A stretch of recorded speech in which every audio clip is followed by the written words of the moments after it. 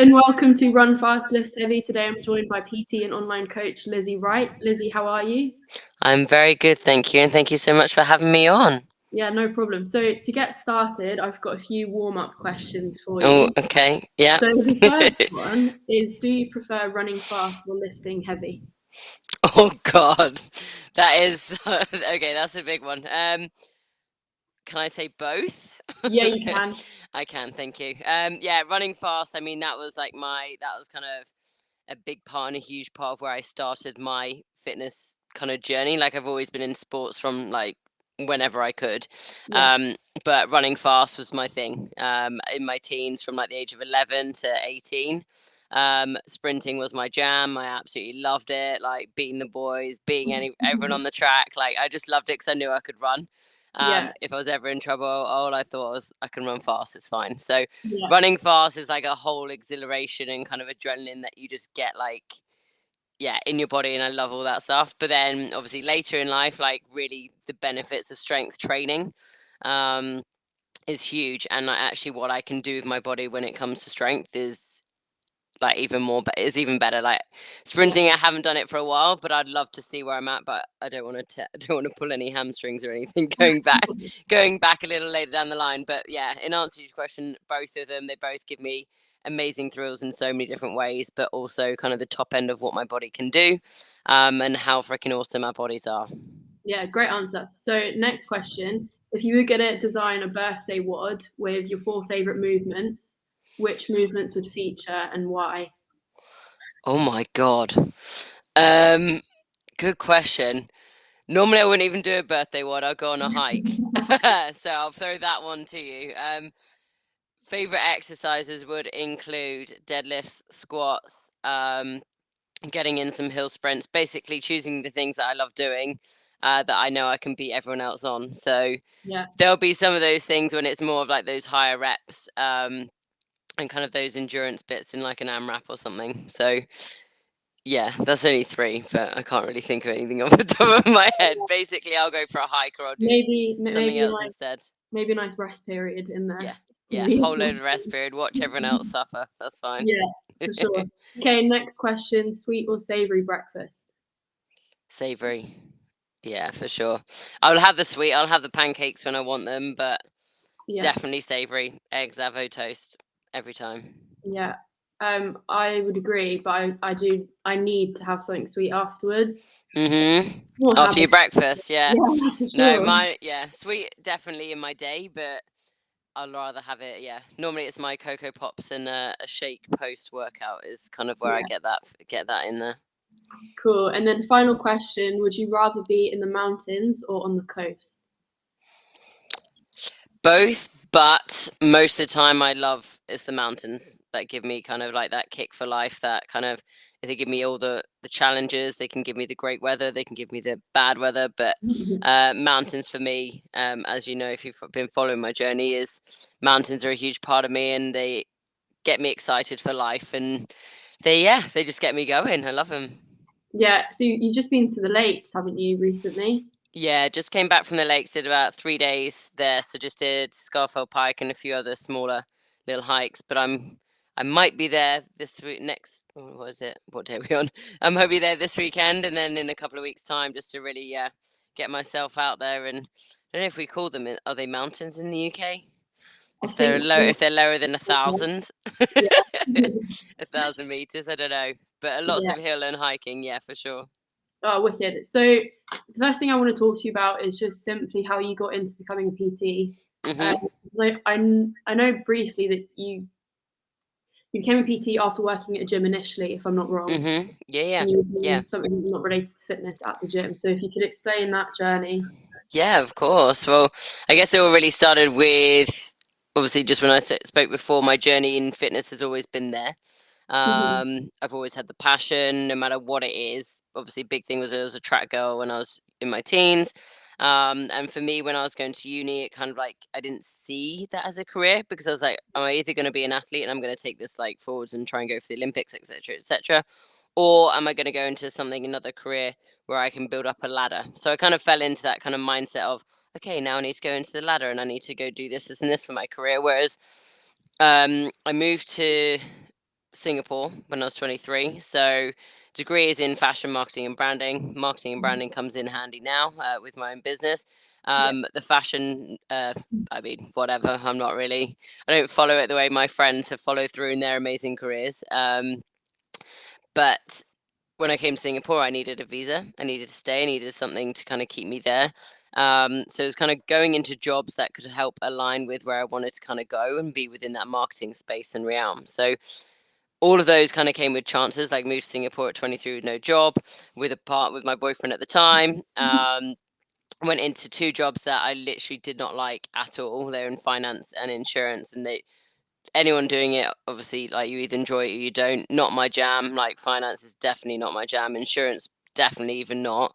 Even more so. So, but what they did for me, and I always knew they had a purpose. Like, one was obviously getting the visa, but also the contacts. So I didn't know anyone, obviously many people there, so they were getting contacts into places. And at one point it got too much, and I was like, what are you doing at like 25? And I was like, I literally just said to myself, if you're not going to get a job in sport, because that was at that point I realized these aren't my passions, and if I'm going to do marketing, I want it all to be in sport. Like, why are you wasting your time?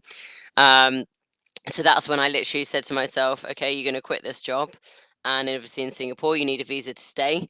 And during that time, I was thinking about moving back to the UK. And then I was like, oh, no, I'm not going to do it.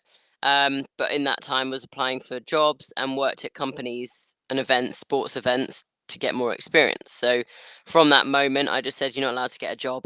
Literally forbid myself, because I was, instead of chasing the cash, I forbid myself to uh, get a job unless it was in sports. So I literally gave myself that bit. So I had a full time frame, and obviously needed to earn money and those things. But at the same time, I was like, you've got savings and you're going to use them now so that you can actually go into that new zone and whatever through there. So through contacts, I actually, from one of the previous jobs, he knew the owner of the gym of the job I had applied for.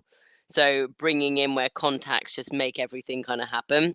Yeah. I knew, again, it cemented the reasons why I had all these things of the purpose. Yes, they weren't fitting to what I wanted right there and then, but then it got to me where I wanted to be. So fast forward, I then was hired to do marketing role in the gym that I ended up working with for 6 years after that. Um, and yeah, for me, I was doing the marketing and then all the PT. So I was obviously 25, still had and still have my whole life ahead of me of to do all these things and make a shift whenever I want to. Which is actually nice, actually coming back to this now, because I think we'll talk about this in the conversation of where I'm at now, but it's really actually nice to reflect of how far I've come in that. But with the gym, all the guys were just like, Lizzie, why didn't you train as a PT? Like this and this. And I'd never seen it as a career, purely because in my head I thought like job equals marketing director, CEO, this whole ladder. Once I'd overcome that with the help of them and friends and Big Paul, they're like, you can earn so much more doing the PT than you can in what you're doing right now with less stress. So I did it whilst I'm making that process or that transition. I qualified as a PT. I did all my studying in the background. Then I qualified, and then I started taking on clients.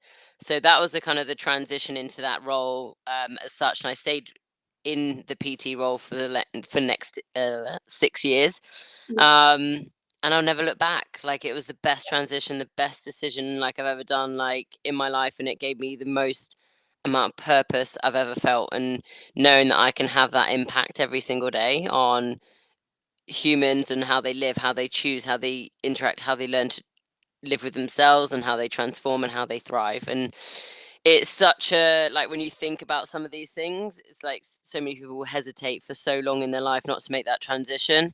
A big thing for me is just fucking do it. Like, Yeah. obviously set the premise and don't do it if you've got no financial support or anything, in the sense of there's nothing behind you and you're just going to quit everything, you've got loads of bills to pay.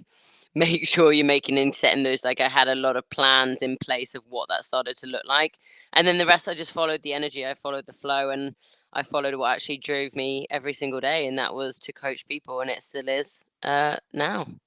Yeah, it's funny that you say that you struggled with committing to being a PT because of how you perceive Mm, the role. I was exactly the same. So grew up in Singapore, very academic driven school. mm, it was all about, okay, first you have to get good GCSEs, and after that it's good A levels, then you go to university, then you Yeah. get a graduate job. And I applied for GP, I worked in a bank, and at the time I was convincing myself I was happy doing those things, but I knew I wasn't. So Yeah. it got to June and I graduated, I just didn't have a job. So I was like, oh. But I had my PT qualification, CrossFit qualification. So then Yeah. I Amazing. joined a commercial gym, which was a really good safety net for me because you're sort of guaranteed to get in 4 hours if you're Yeah. so it was a good stepping stone into the space. So, okay, back to you. You're a PT. Who was your ideal client? Who did you work with? um, when I first started, it's everyone, and that's the best way that I'd always recommend is you get to then decide your niche after 2 to 3 years, maybe, and that Yeah. was like kind of the time that I did. So for me, I initially was working with absolutely everyone, and I still will take on certain people because it's either a challenge or it opens up me up to challenge me more, whether it's someone recovering from injury, whether it's females, whether it's males, whether it's fat loss, whether it's muscle building. Like, it's that whole journey, or skill learning, it's that whole journey as a coach to kind of zoom out and broaden that skill set, broaden your knowledge to really get to know all these different angles, and then you can choose in terms of what angle that you want to go down. For me, it's all about the women. So obviously, if you follow my profile, I'm all for the women. Yes, guys, you're great and you're awesome. But a lot of the time, and especially when it comes to PT and coaching and guidance, it's women. Women are the ones who want to be coached. Women want that support, that network, that community. And for me, I saw that 3 or 4 years ago, and it just spoke so many volumes to me because I was like, I relate to women. I get women. I want to help women who have been given a hard time, especially when we come into like diet culture, body image, like body dysmorphia, to helping women see that there's so much more out there in life. Like, yes, we can have a great body. Yes, we can do all these things. But for me, it's like, it's the mindset that comes with it.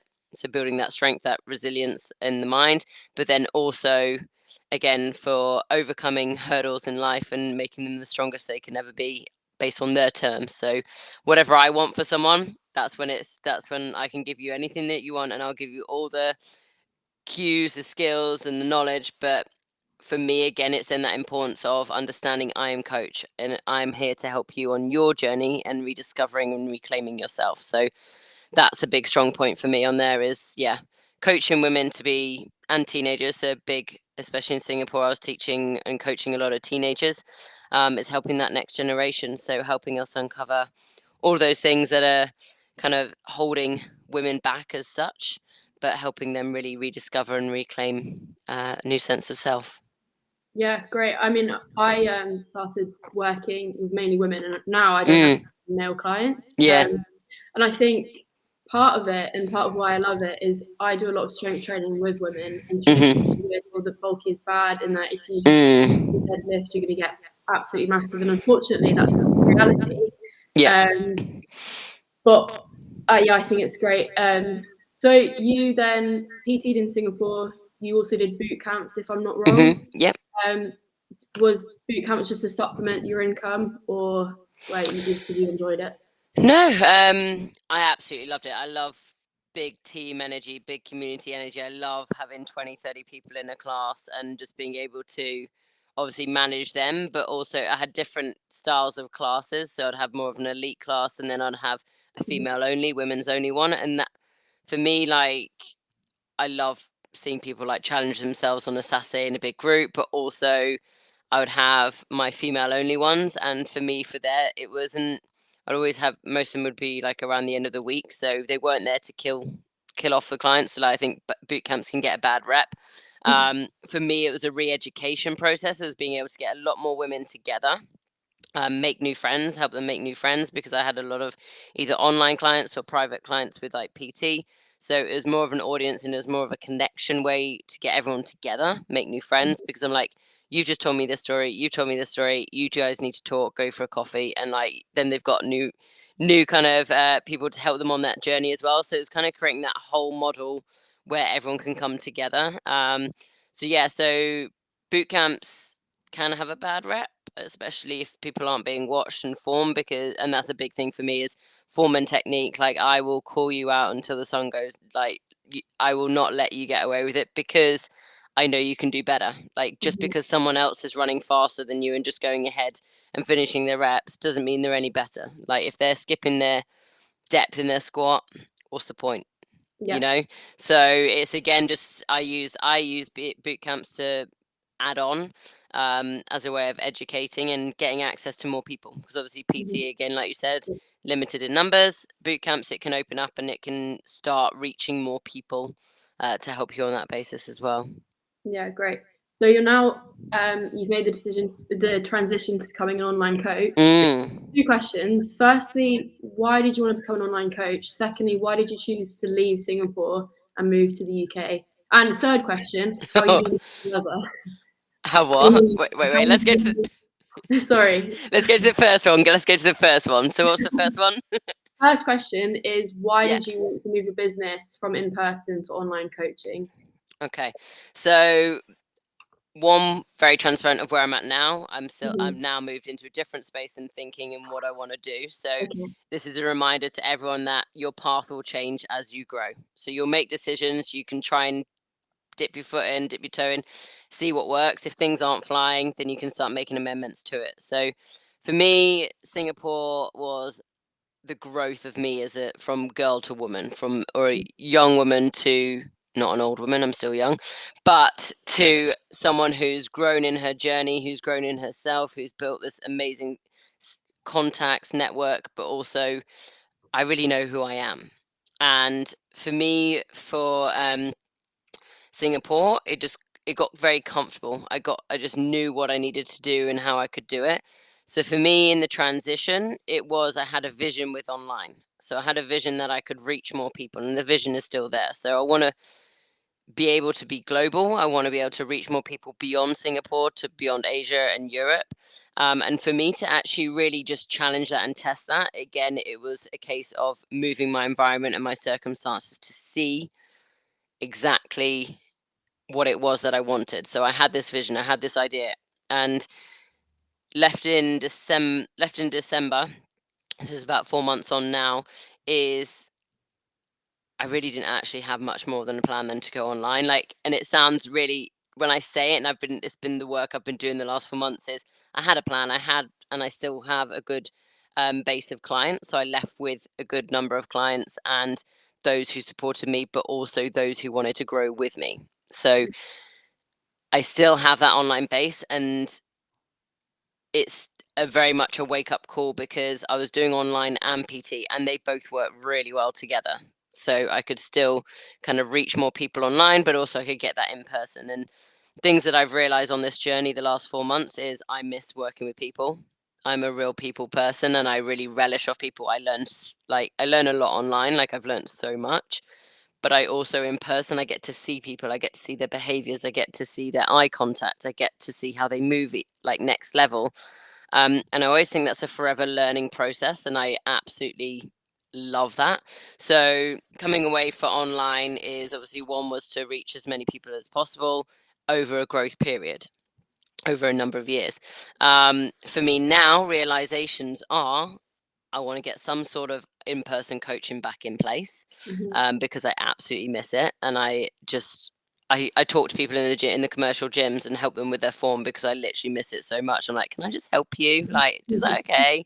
And they're great. And most everyone who I have approached has been all ears and all open for it. So that's great. So um, for me, it's then like the next steps now is I'm almost glad I didn't make a plan because I've learned so much in that process of what I like, what I don't like, and what I want to kind of let go and what I want to move forwards with. So I think it's always important if anyone is in the midst of making decisions and stuff is kind of really weigh up where you're at.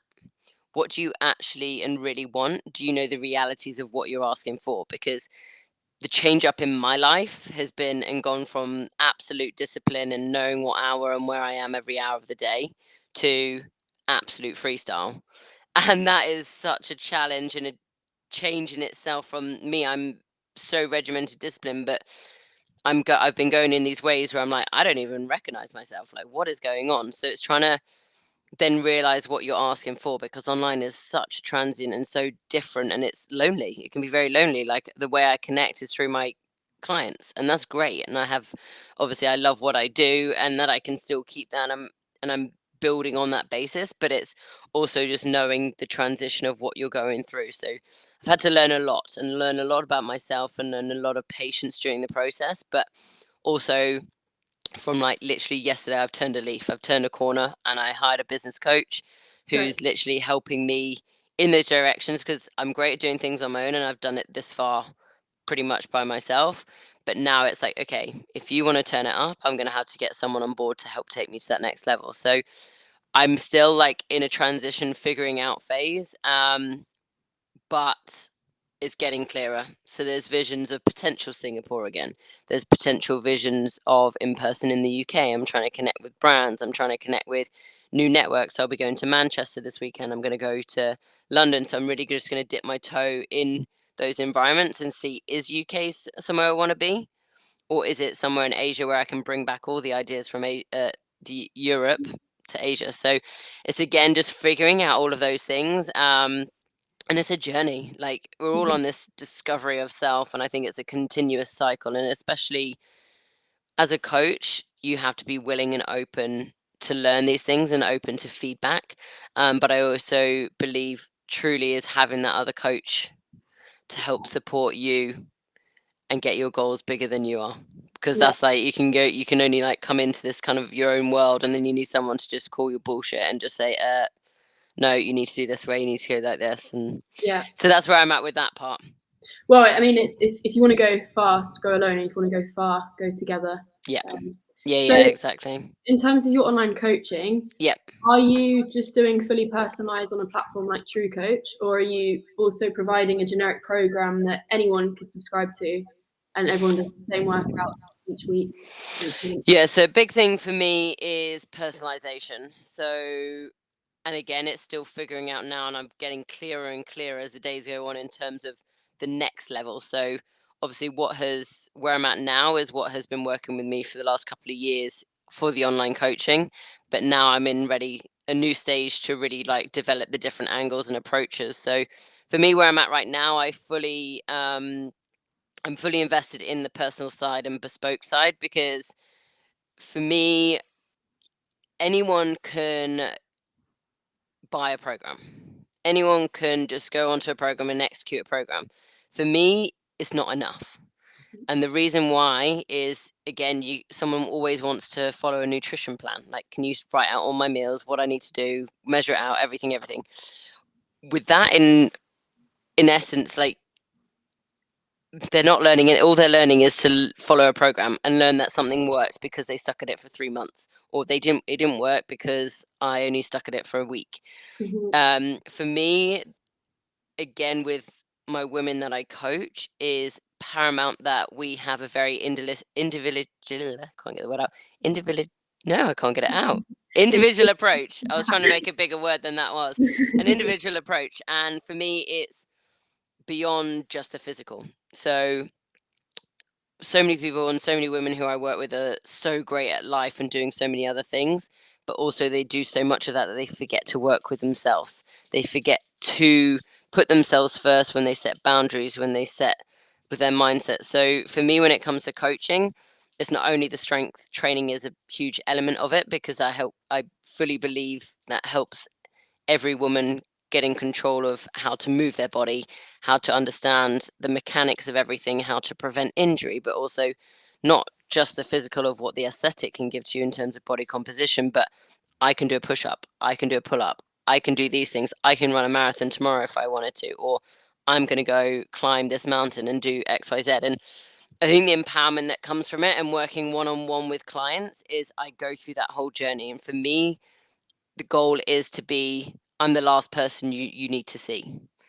So you can go through all these fad diets, you can go through all these programs, you can do all these things, but I want to be able to give you the tools to, no matter whatever you go into next beyond me, because you don't need to stay with me forever, but beyond then me, moving beyond me to anyone else, if that was the case, is you're going to know your shit. You're going to know what you're doing. You've got more awareness in yourself. You've got more self-respect, self-love, worth. You also know what you want to achieve, and you get clear on these things. So for me, it's all about bespoke, and there's no one like cookie cutter approach. Like every program is designed around what the client is needing and wanting to do. And that obviously is able to change because everyone has so much stuff going on, especially around COVID, especially around life events. But it's teaching and helping people understand not only building habits, but say you've got a holiday. Initially, someone will be like, "Oh, I've fallen off the wagon," or "I'm off the rails now. Like holidays happened, I might as well just carry on." Whereas when we know, especially as coaches, and like when we live our lives, like it's a continuation. So if I want to go out and have a few beers, I'm going to have a few beers or a glass of wine, or if I want to have chocolates, it never stops. It's always a continuum. And again, that's a big part of my education is moving away from diet culture and all of that kind of language and that talk is to really help give your own toolbox and give your own language and understand what you're actually asking from yourself and not falling into being a sheep with the rest of everyone else and actually stand up on your own and go, yeah, this is what I want, this is what I need, don't need this today, and you really find your voice and you're able to make stuff happen. Yeah, I think, I don't want to speak for other PTs, but I think Mm. the area that a lot of people go wrong is that they try and lock in clients for years and years and years, whereas actually Mm. I try and educate and inform my clients to make their own decisions and to be able to create their own programs, stick to it, and create the changes that they want to. And then if they want to come back to me in 6 weeks because they've lost a bit of motivation, great, do it. Let's get you back on track, and then you're free to go Hmm. by yourself again, because it is a massive financial commitment as well, and a lot of PTs do forget that. Um, so the next thing I'd love to talk to you about is, why did you choose to leave Singapore? Not just Okay. Yeah. not just why PT to online coach, but why leaving Hmm. Singapore? Because, and I think I mentioned it before, is I got comfortable and Yeah. I love it there. Like I never left on bad terms with Singapore. I absolutely loved it. And I still love it, hence like the thoughts of potentially going back. Hmm. But I knew that I'd got so comfortable in my position that I needed to literally throw everything on its head, which I quite frankly did. And I'm literally just resurfacing right now because of everything that I did do. And moving from Singapore to the UK during winter was not the best choices that I can honestly say. Um, so leaving Singapore was really more of an environmental shift. Like Yeah. I knew I could go on forever doing Singapore. Like Yeah. and I could go back and go there again. But I think because I had done that from the age of 23 to now was it was so easy to. It was so easy to roll, and anyone who's ever lived in Singapore will resonate. Anyone who is an expat or knows that kind of lifestyle will understand that bit. It's you go there for 2 years, you're there for another five, you're there for 10, and which is no problem whatsoever. But for me, I knew in order to make change, I needed to change my environment. I needed to change and test new people I was around and challenge myself in order to grow. And I was growing all the time in Singapore, but again, I needed a bigger shift than that and to see what else was out there. If I hadn't Yeah. made that shift to see what else was out there, I would have never known. And the biggest thing for me was if I didn't take this risk moving forwards, will I regret it? Will I, if I died next year and I didn't take the risk of leaving Singapore after everything that's gone on with COVID, that's everything else that has been going on, would I regret it? And the answer was Yeah. yes. So the moment I had that yes, I was like, right, okay, now I've got to go.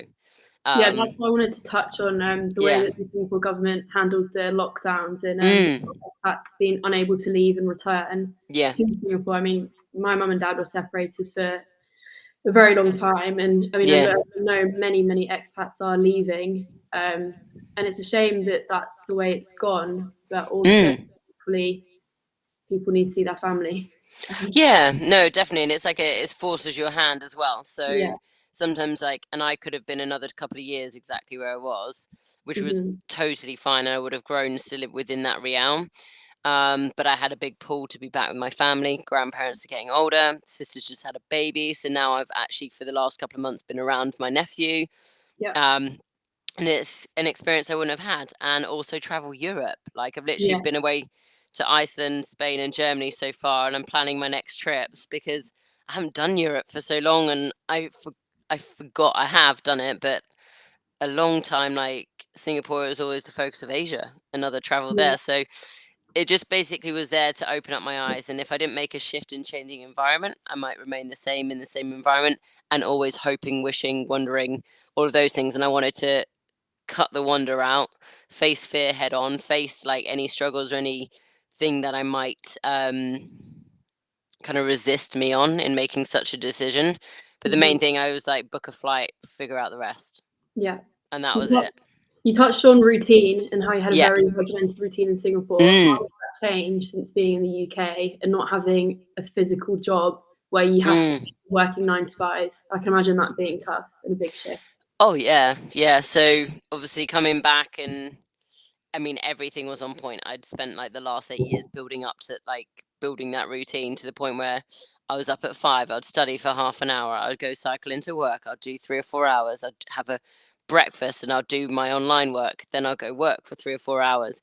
Then I'd go train. Then I'd go do more online work when I'd finish. So it was back to back to back. Same with my like food and training. Everything was kind of on point in that sense. And obviously, like there was freedom within my days and whatever in Singapore, but it was a lot more regimented. So when you come into that space of working for yourself, I knew it would be a challenge. I didn't think how much of a challenge it would be. So, Mhm. but for me, on this journey has been actually amazing, and I'm really like looking back now. I'm coming out the other side, or I have come out the other side.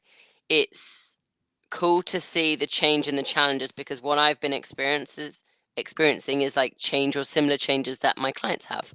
Mhm. So when they're going through these transformations and change and I'm in a place of comfort and like whatever, I'm like, oh yeah, you just need to do this, this, and this. I haven't gotten in touch with that real change. And I do it through a lot of my like hiking challenges or my long endurance runs and stuff that I do. Um, so I know what it takes to push those limits and everything, but actually going through this transitional phase has really got me thinking, also knowing and now seeing what I'm going to create for my clients moving forward. So, how Yeah. can I help them when they have a wobble? How can I help them when they're feeling lonely? How can I help them with this? And I've got all those tools and everything I've fully experienced in this process where my life has completely changed. So, how do I transfer that obviously to clients? But through now, routine is good today. I've got my notepad. I've got my list that I'm ticking off, and I started yesterday, and it's going, and it works because I've got a morning routine. I've got my evening routine. I have a plan of what I want to get out through the day. Still need to refine. So I've still got my at the moment. I'm just kind of keeping it still a bit free because I need to let things flow and see what speaks to me. I have my big whiteboard in front of me, so I have all my top priorities personally, my work priorities, and then I have another board that has my urgent and important tasks and my not urgent and my not important tasks. So these are skills and things I've literally picked up on the last 4 months because I'm like, right, I need to rethink because what was working with me in Singapore is not working with me now. And you Mhm. have to understand when you go through that change, we can look past and we can look at in the past and history of what has worked and try and implement it in the new. But really, you've changed so much that you need to start taking the things that still can't work from your old self to Yeah. what you can implement in your new self. Yeah. Another thing I'd like to talk to you about is you did Yeah. an Instagram post, which I thought was quite brave, and you said that you're currently the most unfit you've been in a while. Mm, I'd love to find out how you're mentally getting over that and how you're planning to get back on track, so to speak. Because I mm, know myself, if I come back from a long holiday and I'm not hitting the same numbers aerobically or strength wise, it's really tough to force yourself to get back to it. So how do you overcome that? For me, it's that it takes time in terms of your journey. So at Yeah. 32 now, like it's time that I've learnt to overcome those bits, and dropping the ego is a big one. Like, stop having the expectations set so high. Understand what season you are in your life. Mhm. Understand what you're asking from yourself, and are you actually capable of doing it right now? Yes, maybe in 4 weeks' time, your aerobic capacity is built up. You can definitely go for that 10K. 5K is more reasonable right now. And it's the same conversation I have with my clients all the time is one, we set expectations way too high. I would say set the bar so low that you're going to achieve it and it's going to feel freaking awesome is 100% in because otherwise you're going to go, yeah, I want to run like 40K tomorrow. and what's the point? You've run nothing in the last 3 weeks, you know? Like, Yeah. it's kind of it's almost laughable. Obviously, I won't do that with clients, but it's still like I wanna bring some of that humor in and actually go, "Do you understand what you're asking for Yeah. from yourself?" 2 is drop the ego. So ego is your friend, but just you gotta learn to listen to it. So, yes, I could lift this heavy weight. Like, right now, I put a post on, like you said, you saw from me, there's a couple that I've been doing just to add that reality into it. Like, I sprained my ankle 5 weeks ago. I can't run. I look at everyone running and I'm like, "I really would like to run." But I can't do it. And same lifting weights. Like, 70 kg feels like it's the most heaviest thing in the world. Um, so dropping the ego and letting it go and going with the flow. So having that plan of action. So again, coach, I need a 3-month program to help me get from A to B. And when you get clear on what you want and what you need, what you want to achieve, you then start to see what tools and things you have around you. So, okay, I have the capacity now to bring things back to basics and do 3 sessions a week. In 4 weeks' time, I can make that 4 sessions a week. In 8 weeks' time, I can make that 5 sessions a week. Obviously, that comes definitely from someone who's done that before and can really understands themselves in the programming process. So some people, when you're at beginner level, it's even harder. But I always just say, let it go, let it flow, let the barriers and all the kind of judgments down, like just lower it down and then go for it and just go and follow the plan and execute the plan, because that's the thing, we can spend so much time thinking, worrying about all these things, and they don't really matter. Like, the only thing it's going to affect is your mindset, and you're going to spiral into a whole heap of anxiety and overthinking process, and within that 20 minutes you could have already gotten halfway through your session or got your session done, you know. So for me, it's not, I'm old enough now and I've gone through all these hoops and loops and everything, and I'm just comfortable. I'm content with where I'm at. Like, yes, I'm unfit. I laugh at myself when I'm like, oh my God, I'm absolutely dying and I'm heaving? Yeah. Not heaving. No. What's the word? Anyway, I can't breathe, can't catch my breath on the rower, whatever. Yeah. Yeah. Um, but I also enjoy the process. Like, I always say this to my clients, we can think we've gone backwards, we can think we've fallen off the wagon or we're off track, but really you're exactly where you need to be when your focuses and priorities have been somewhere else. So it's Mhm. getting real within that situation. So if work takes over or if family or kids take over, it's knowing that was the priority there and then. Yes, things haven't been kept on track because I didn't have the time or capacity, but this is what I've learned. And in that process, you look at progress as my mindset is a progression, right? So from holiday, okay, I had 3 weeks off. That's my choice. I wanted to do this. What have I gained from those 3 weeks? I've had the best time of my life. And now it's time to get to work. And this is what I want to achieve in the next 3 months before my next holiday, you know? Mhm. So it's again the power of your mind. So once you really get that power of your mind, you're going to succeed so much more, and you're just going to give yourself a break. Like, this world is, I'm just all about the humor and laughter, and like, let's just enjoy the process. So what if you can't run your 5k as fast as you used to? Some things change, you know, like my priorities change. I love lifting heavy, but I don't go after as many PBs at this moment in time because I'm not in that place at this moment in time. Maybe in a year or in 6 months I might be. Mhm. So yeah, it's getting clear, and when you're clear on your own journey, nothing else matters. And I think that's a big thing is comparison, right?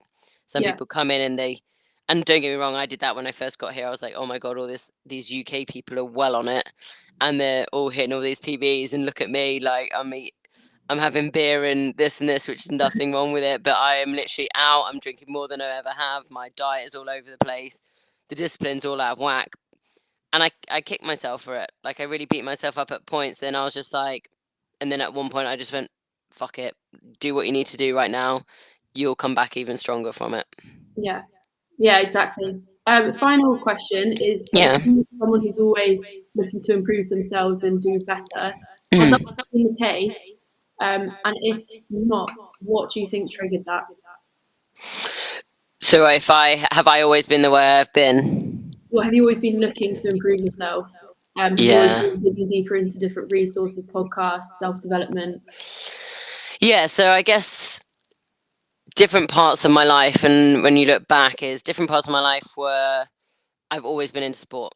Like, that's just me. And like Mhm. mum, I was fortunate, like mum would literally whatever I said I wanted to do, she was like, okay, go do it. So she and I could go horse ride, I could do gymnastics, I could do trampolining, I could do sprinting, I could do what I wanted at that time, or through school and whatever. So I guess that innately was drawn into me from a young age because I always loved sports. So I was always a go-getter. I was always go and try it. My goal was always just beat the boys, and it always made me. I loved it. So that just like kind of spiraled in itself in terms of like the physicality and the competitiveness and those sorts of things. In terms of other aspects of my life, it's grown with time. And I really saw the main growth through Singapore in terms of education, in terms of reading, in terms of podcasts, in terms of who I was surrounded by. So I do it's a post I'm due to put up soon, but it's reading. Like I never read really. Like if I actually look back, like my mum always used to tell me how good my friend Lauren was because she would read like 3 or 4 books a month or whatever, and I was just like, "That's not me." Like, I'd rather Mhm. kick a ball, I'd rather throw a ball, I'd rather do whatever and play. Like, I was just the outdoorsy person and sports person, but at 28, I think it was, like, 4 years ago, I literally just said to myself, "Right, whenever you've read a book, like, you actually can't you don't even know what the book was about anymore. You don't know what author it was. You have nothing to move on from it." And I actually just got fed up because I was like, "Oh my god, I actually don't have anything to say around it."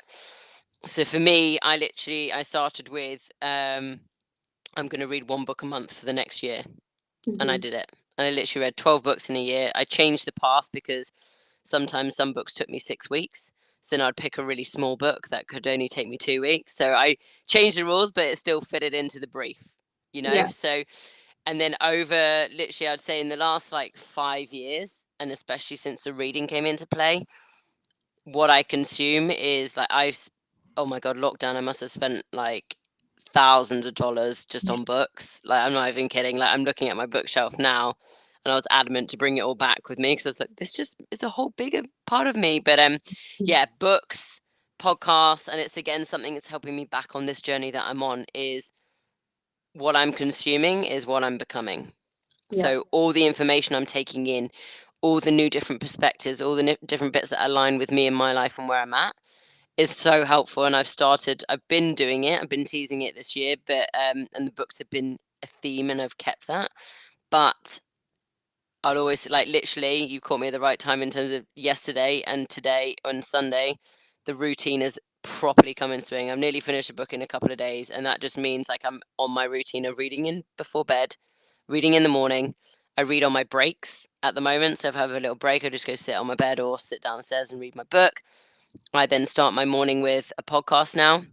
So when I'm just like going through emails and kind of not anything that's too like mind that I need my mind on, is I have a podcast to start and I'll do my stretching to the podcast. And before you know it, I've written like loads of notes and like that's inspiring a post or something I'm going to send to my clients. So Mm. especially when you're on a journey of change, surround yourself with not only the people that can uplift you and level you up or raise you higher, but understand what you're consuming. Like I don't really watch the news at all because it's full of negative stuff and I don't have any interest. And if someone wants to tell me what's going on, they can, or Yeah. I can choose to go into it. So I would just say, yeah, make sure you're understanding and looking at more ways to consume things that align with you and speak to you. And they say, I'm going to get this wrong, but this has been in my book that I've been reading today is, oh no, the students only, the teacher will appear when the student is ready. But I can't Mhm. remember. I haven't said that right at all. But it's an amazing quote and I have to find it. But it just shows you when you're in that Yeah. process of learning, you could have had that for the last 3 years, but you just weren't ready for it. I think that Mhm. comes back to your thing of like when it's working out and everything like that is sometimes you're literally just not ready for it. And you just got to let yourself have that freedom until you are ready on Yeah. your terms. Yeah, absolutely. Well, Lizzie, thank you very much for coming on. No worries, lovely. Thank you so much for having me. I will